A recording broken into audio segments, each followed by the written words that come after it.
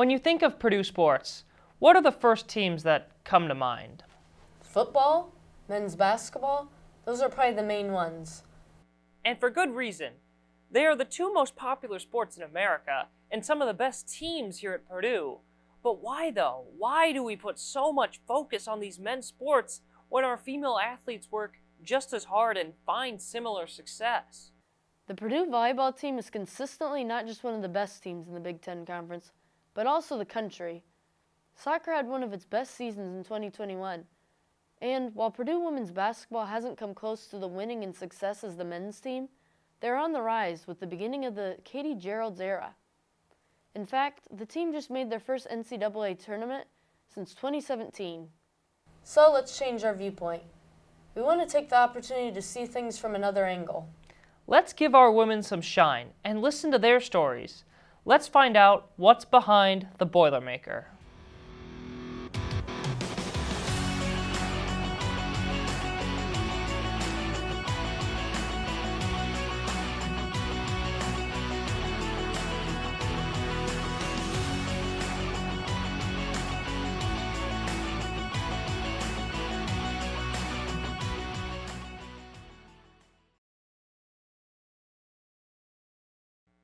February 5th, 2023. A sunny Sunday afternoon in West Lafayette welcomed Purdue women's basketball fans to one of the greatest moments in their program's history. In one of the most anticipated games in the last 20 years, the team sold out Mackey Arena for the third time in history, recording the most fans ever in attendance, 14,876 to be exact. The team had come into the game off of back-to-back top 25 upsets on the road, number 22 Illinois and number 2 Ohio State. Fans believed they could continue the momentum. How excited are you for the game today? Really excited. Who do you think's going to win? Purdue all the way. Honestly, it's just going to be a hype. So either way, win or loss, I mean, we're still Boilermakers and we're going to bring it today. So I think it's going to be a really good game. I think Purdue's one of the teams that never falls down. It's going to be a team that I think at home will beat IU today. And I don't think a lot of teams are used to playing in sold-out Mackey in the women's division. So I think that's going to be a huge factor. I also know Purdue women's has 2 straight wins against ranked opponents on the road. And coming back to this environment, I feel like we're going to have a really good shot at this. I think from seeing even those tickets go lower and lower on Twitter and us getting so excited, we knew it was a big game. The anticipation was crazy, and I think the stress levels were up and a bit of anxiety, but it was undescribable. Like walking out on those train tracks and just seeing everything, everyone in the stands, it was awesome. The Boilermakers fed off the crowd early and often after digging themselves out of an early 8-point hole. After the scores, you hear it, and then you're trying to play back defense. But I think I feed off of it. I love it because that's just what I want to do. Multiple lead changes in the second quarter sent Purdue into the locker room down 5. Unfortunately, the team went ice cold to start the third quarter, and credit where credit is due, Indiana played like the top 5 team they were. The Hoosiers ended up winning 69-46, but that's not the point. This game meant so much more for the advancement and popularity of Purdue women's basketball, even if it was propelled by a marketing promotion. We're also grateful, but also we knew that we deserved it. We worked so hard and we had a great week the week before. Those 2 ranked away wins. My little sister was there and that was her first ever college game, and she came to that sold-out IU game. It was just awesome for them to experience, but also I was like, this is my first time experiencing it too, so it was really cool. The walk down the tunnel today, it gave me chills, and I'm so thankful to our student section, so thankful to our fans. Obviously, Indiana travels well everywhere, but this is what it's supposed to look like in our game. And we've got to keep continuing to improve. Our product has to be a good product to get people to continue to come back. But this is what we're chasing. Something that we're chasing. While head coach Katie Gearlds most likely referred to that we to her team, that we can refer to the entire sport of women's basketball. As previously stated in our intro, men's hoops are much more popular than women's hoops. Whether it be on TV or in person, the game historically and currently has more viewers when men are playing. But this moment in Mackey was a microcosm of women's basketball this year. The sport is gaining popularity at a pace as rapid as ever before. Fox broadcasted their first women's NCAA game ever this year when Michigan hosted Iowa. Coincidentally, Purdue alum Stephanie White worked as the analyst for the game alongside the wonderful Lisa Byington on play-by-play, an all-female announcing crew. Speaking of Iowa, they became the cornerstone of women's basketball fandom.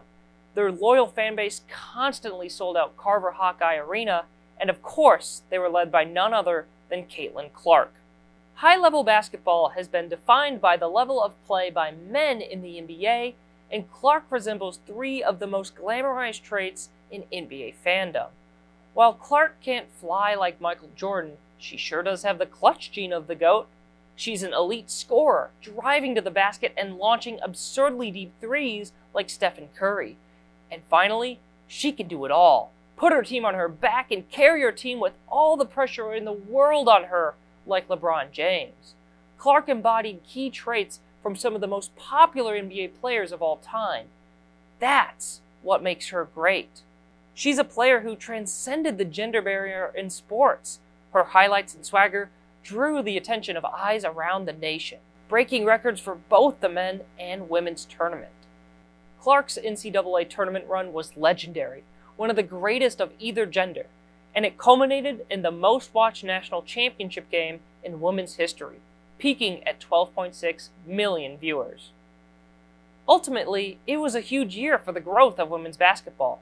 Lucky for fans here at Purdue and the athletes on our roster, we were all able to be a part of it.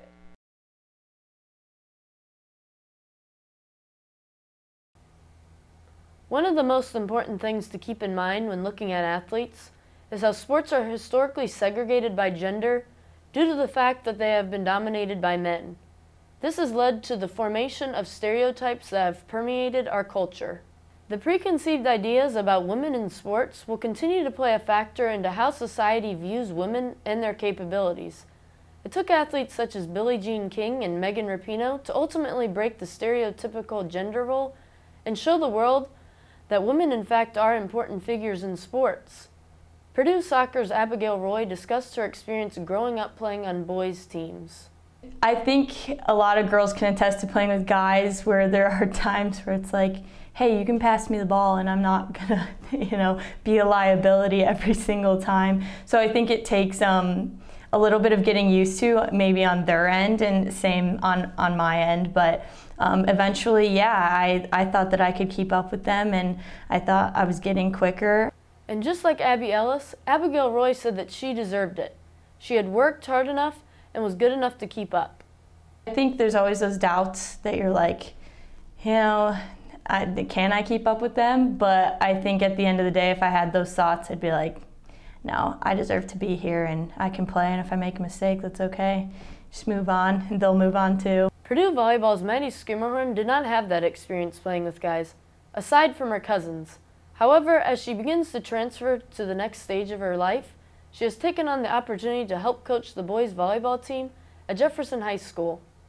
It's been a very good experience because you see the perspectives on their end. I mean, although it's the same sport, they have different, mentalities and different, role plays. For example, just guys aren't as fluent with their hands and stuff when they go to set. So you kind of have to teach them a little bit different ways to approach that. Or once they go up, they're obviously very athletic, and volleyball you have to have a little bit more control. So just working on their ball control has been very crucial. I think in basketball and in soccer, it's kind of a common thought to think that they play at a faster pace and they're, bigger and tougher. So I just thought it was an opportunity to kind of, play in an environment where people were bigger, tougher, and it would challenge me a little bit, especially at a young age. In a way, both of their experiences hint on how sports shape our society, and a lot of it has been a reflection of preserving masculinity.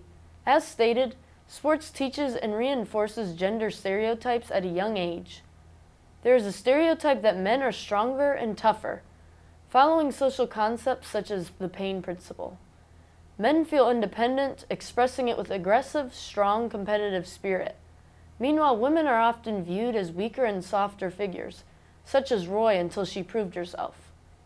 Women have been discouraged from taking part in sports and in some cases excluded from it. Their stereotypes didn't bode for it, and thus they've historically not gotten the respect in our culture that they deserve. But, interestingly enough, sometimes those masculine traits can be the ones that women try to obtain. I think that in the women's and the males game, you do get a little bit of a difference where girls are very like team oriented most of the time, not all the time, but and guys are very like individual. They're really focusing on themselves and what they can do. And I think girls, you know, should learn a little bit from that. Like, we need to be a little more selfish at certain times on the field. Regardless, current athletes like Roy and Caitlin Clark continue to evolve society's views and shift cultural expectation of who women truly are and can be. To go off of that, the women's NCAA tournament showcased the hypocrisy between both genders. On one hand, men get celebrated for their trash talk. It's brash, it's prideful, it's aggressive, and they receive praise for it. And while Clark also received initial praise, the second Angel Reese trash talked her back. It was all of a sudden not okay with people on social media. Now, is there a conversation about the gray area of taunting and trash talk? Yes. Did race play a factor? Most likely. But the point is, one thing that's fine when men do it isn't fine when women do it. And heck, men occasionally get praised for taunting too. And I feel like as women's basketball goes more into the light, that people are just kind of unexpecting it. Like, they don't really expect that for women to act like that. And it's just, you know, we've been playing basketball all this time, and now, you know, we've got the popularity and we've got the media that all of a sudden it comes to light. This has been happening, and it hasn't really, to players, I don't find a problem with it.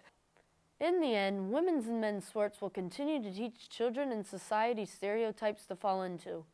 Both sides of sports for now will remain separate. Women compete against women, and men compete against men. But on the sidelines, it is still common to see opposite genders as coaches.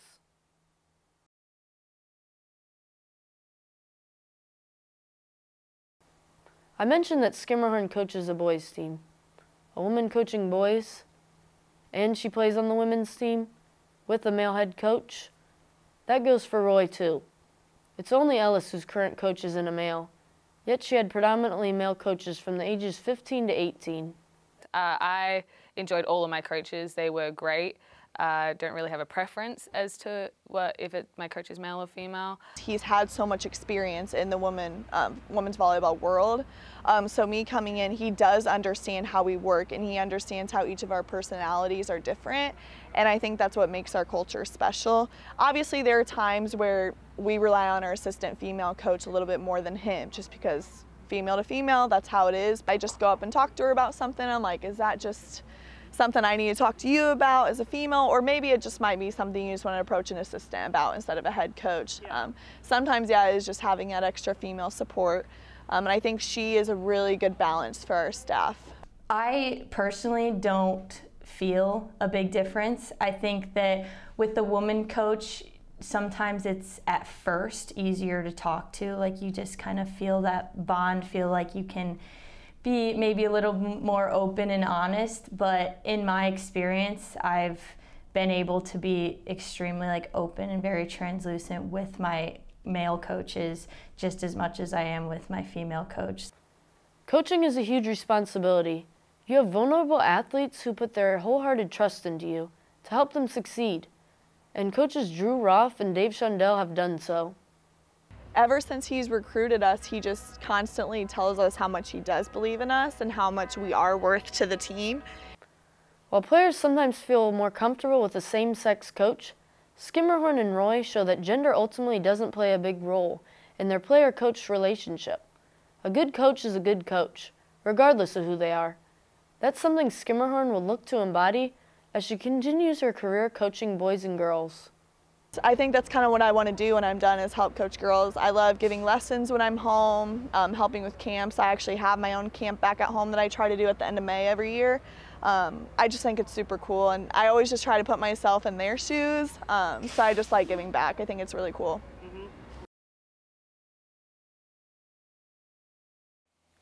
Title IX is for women in sports to have equal opportunities as much as the men's. Yeah, I think it was, you know, a movement that ultimately was like, however many men are able to play sports, women should be able to play just the same amount. I think it's just that balance. I mean, that healthy balance between sports and just giving not only males but females that, I mean, that stage to just represent their talent and their character. No person in the United States shall, on the basis of sex, be excluded from the participation in, be denied the benefits of, or be subjected to discrimination under any educational program or activity receiving federal financial assistance. Title IX is one of, if not the most important advancement in the history of women's sports. It was an amendment that called for equality. Programs couldn't simply neglect the female side of sports. The effort put into the men's had to also be put into the women's teams. I'll give you an example right now that's happening is that, you know, the men's locker room is getting changed and all done up, and so is our women's. And we get, you know, their gear that they get, we get the same gear as well. So it's really cool to know that we're seen at that level and as kind of a basketball community, and we're treated, you know, in that respect with the same resources. My first college, that didn't happen. It was the men's got all this and the women's just kind of didn't. So I don't know if it's just Purdue, but I think that is you know, something that Title IX strives for, and I think that that's what it represents. Ellis comes from an interesting perspective. An international player where there is no Title IX back home in Australia. And there hasn't been much activism about it, at least in the realm of basketball, since the game isn't as big over there. But it's getting better because we're getting imports, and you know, it's tough because I'm trying to compare it to here into college, where it's just a completely different ball game. You know, college is huge in America. We don't have anything like that in Australia. You know, you're going to kind of go straight from club to a professional arena. So there's no kind of progression to it. And so while slow progress is being made in her home country, she really appreciates how Title IX has given her more of an opportunity in the States. Ellis represents millions of female athletes in our country. Not necessarily the international part, but a person who can say they reap the benefits of this amendment that strives for equality. In the end, these women all share different experiences, whether it be playing internationally, playing with guys, coaching, the sport itself, you name it. But in the end, they all share one specific trait. They are all female athletes. And while they might not make the same money that men do, reach the fame that men do, or even receive the attention that men do, our goal is to show them the same love in the search for equality. Let's show them that love that we show our men's teams. Let's support all of our fellow Boilermakers.